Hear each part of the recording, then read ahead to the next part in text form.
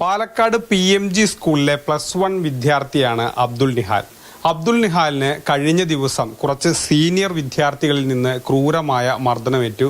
ഇദ്ദേഹം ഒരു നല്ല സ്പോർട്സ് താരമാണ്. ഹഡിൽസിലും ജമ്പിങ്ങിലും ഒക്കെ തന്നെ വലിയ പെർഫോമൻസ് കാഴ്ചവെക്കുന്ന ഒരു താരമാണ്. സ്കേറ്റിംഗ് താരമാണ്. അങ്ങനെ കായിക നിലയിൽ വലിയ ഉയർന്ന നിൽക്കുമ്പോഴാണ് ഇത്തരത്തിലൊരു ക്രൂരമായ മർദ്ദനം ഏൽക്കേണ്ടി വന്നതും ഇടത് കൈ ഒടിയുന്ന ഒരു സാഹചര്യം ഉണ്ടായതും. എന്താണ് മോനെ സംഭവിച്ചത്? ആദ്യം ക്ലാസ്സിൽ എൻ്റെ ഒരു ഫ്രണ്ട് +2 ക്ലാസ്സിലേക്ക് ഒരു പേര് ചോദിക്കാൻ വേണ്ടി പോകണ്ടായിരുന്നു. അപ്പോൾ ആ കുട്ടി അവിടെ ഉണ്ടോ എന്ന് ഞാനും കൂടെ പോയി. അവിടെ ജയന്ത് ഉണ്ടോ മര്യാദ അത് പറഞ്ഞാൽ വളരെ റെസ്പെക്റ്റ്ഫുള്ളായിട്ടാണ് ഞാൻ ചോദിച്ചത്.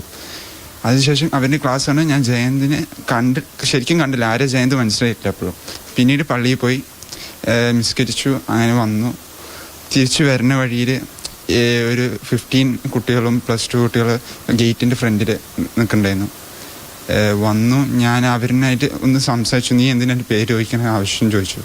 ഓവർ ഫ്യൂരിയസ് ആയി. പിന്നീട് അവർ വള വെച്ചിട്ട് മുഖത്തേക്ക് ഇടിക്കും. അങ്ങനെ അൺകോൺഷ്യസ് ആയിട്ട് പെട്ടെന്ന് വീണു. അങ്ങനെ എല്ലാവരും കൂടി ഒന്ന് ചവിട്ടി. ഭയങ്കര ബ്രേക്കായിപ്പോയി. എന്താ വെച്ചാൽ കുട്ടി കഴിഞ്ഞു ഒരു റീസ്റ്റാർട്ട് ചെയ്യണമെങ്കിൽ ടൈം 1.5 വർഷം. കുട്ടികൾ ഈ മൃഗീയമായിട്ടുള്ള മർദ്ദനം 1-2 കുട്ടികൾ തല്ലുന്നോ ഒന്നുമില്ല. 10-15 പേർ ചേർന്ന് ചവിട്ടി താഴെയിടുകയും ഇത്രമാത്രം ചെയ്യാൻ അതിനകത്ത് യാതൊരു രീതിയിലും ഇല്ല. ഒരാളൊരു പേര് ചോദിക്കുമ്പോഴേക്കും പരാതി കൊടുത്തിട്ടുണ്ട്. പരാതി ഏത് രീതിയിലാണ് അവരെടുക്കുന്നതെന്ന് അറിയില്ല. പക്ഷെ ഞങ്ങൾക്ക് അതുകൊണ്ടൊന്നും ഞങ്ങളുടെ നഷ്ടങ്ങൾ തീരില്ല. പക്ഷെ ഈ സ്പോർട്സ്മാൻമാർ പറയുന്നത് അവർക്ക് ഫിസിക്കലി ഫിറ്റായിരിക്കണം.